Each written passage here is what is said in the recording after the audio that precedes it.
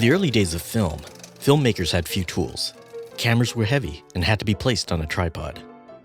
Fewer lenses meant that shots tended to look the same. A medium or full shot where all the actors were in the same shot, not too close and not too far. But as cameras became portable and lenses improved, filmmakers like Orson Welles realized they could tell more interesting stories with different types of shots and angles. High angles that show all of Charles Kane's wealth and power. A Dutch angle that shows his absurd personality. As a filmmaker, the type of shot and angle you use in a film helps you tell your story. Whether it's a low-angle shot to show isolation and loss of power, or an extreme close-up that dramatically increases emotion.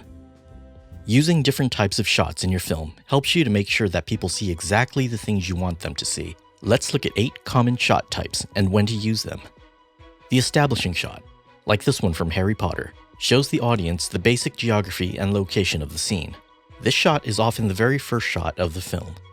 The establishing shot can also show emotion and tone. This establishing shot from The Devil Wears Prada shows busy New York City with lots of traffic and skyscrapers. Establishing shots don't have to be panoramic. They can be as simple as just setting the scene outside a restaurant. If you've ever watched Seinfeld, you've seen this establishing shot many times. An extreme wide shot shows a vast landscape. It's often used as an establishing shot because it shows the audience the world of the film.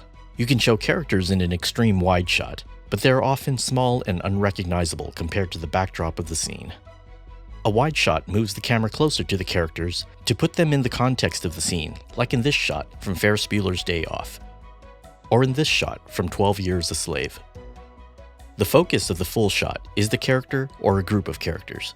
The full shot often shows us how a character moves or dresses, like in this shot from Fast Times at Ridgemont High.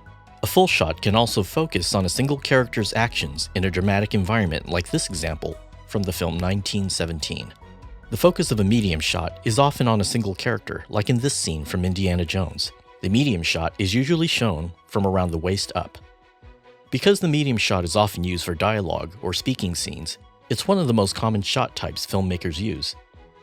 If you want to focus on a character's emotions or body language, consider the medium close-up shot. Like in this shot from Forrest Gump, you shoot the medium close-up from around the shoulders and up. The medium close-up also works well if your characters are in a face-to-face dialogue scene, or speaking to the camera, like in this shot from Ferris Bueller's Day Off. A close-up shot on an actor usually frames the face. It's often used as a reaction shot that shows a strong emotion, like in this shot from the film Get Out. Close-up shots also work well to focus on other actions, such as this close-up shot from Gorillas in the Mist. The extreme close-up is a very tight shot, often on an actor's eyes or mouth. It's often used to show extreme emotion, like this shot from Saving Private Ryan. The extreme close-up is also important for what it doesn't show. In this example, from The Warriors, we only see the actor's mouth speaking into a microphone. The main difference among creating these shot types are the distance from the camera to the characters and the lens's angle of view. In this wide shot from The Invisible Man, the camera is about 4 meters or 13 feet from the characters. The angle of view is 25 millimeters. Whereas in this full shot from The Graduate, the camera is about 3 meters or a little over 9 feet from the character. Increasing the angle of view to 35 millimeters tightens the shot. Whether you use Previs Pro, pen and paper, or another application, we always recommend that you plan your shots before you step on set. Starting with these 8 common shot types in mind will give you a nice start on your next film or project.